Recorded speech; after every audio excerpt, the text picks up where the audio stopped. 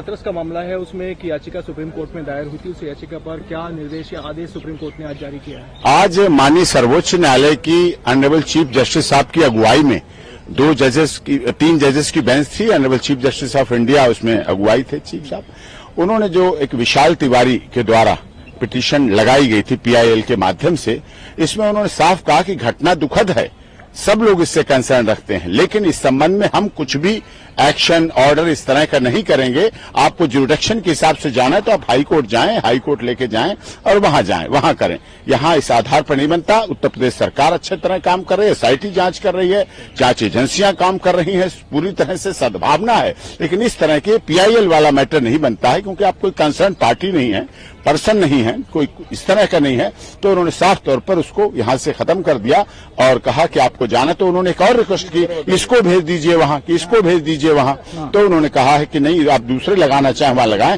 यहां से हम इस पर कुछ नहीं करेंगे और किसी तरह का कोई एक्शन, कोई ऑर्डर पास नहीं करेंगे। ये हमारी सत्य की जीत है, क्योंकि हम शुरू से कहते आ रहे हैं इस घटना में षड्यंत्र हुआ है, साजिश हुई है, और उस साजिश के तहत नारायण साकार हरि को, सनातन को बदनाम करने की और भारत और उत्तर प्रदेश सरकार के प्रति भी साजिश थी। उत्तर प्रदेश सरकार को भी अस्थिर करने का मामला था। इस पर माननीय सर्वोच्च न्यायालय की मोहर है, सत्य की जीत है और कानून की जीत है, संविधान की जीत है, भारत के संविधान की। है विशाल तिवारी, उन्होंने क्या प्रेयर की थी, क्या उनकी मांग थी सुप्रीम कोर्ट? उनकी बहुत याचिका थी, वही सब चीजें कि जो है तो अनर्गल, क्योंकि जो लगातार इस तरह से किया जा रहा है। नारायण साकार हरि ना तो एफआईआर में है, ना एसआईटी की रिपोर्ट में है, ना वो घटनास्थल पर थे। 30 से 35 मिनट पहले वहां जा चुके थे अपना समापन करके, फिर भी ऐसा उनके लिए इम्प्लीकेट करने का, कुछ राजनीतिक दलों की साजिश, कुछ सनातन धर्म को बदनाम करने की साजिश, जो चाल षड्यंत्र चली जा रही थी, जिसके लिए पॉइजनिक स्प्रे किया गया, लोगों की मौत हो, हादसा बनाया गया और ये बड़ी घटना हुई, जिस पर माननीय सर्वोच्च न्यायालय की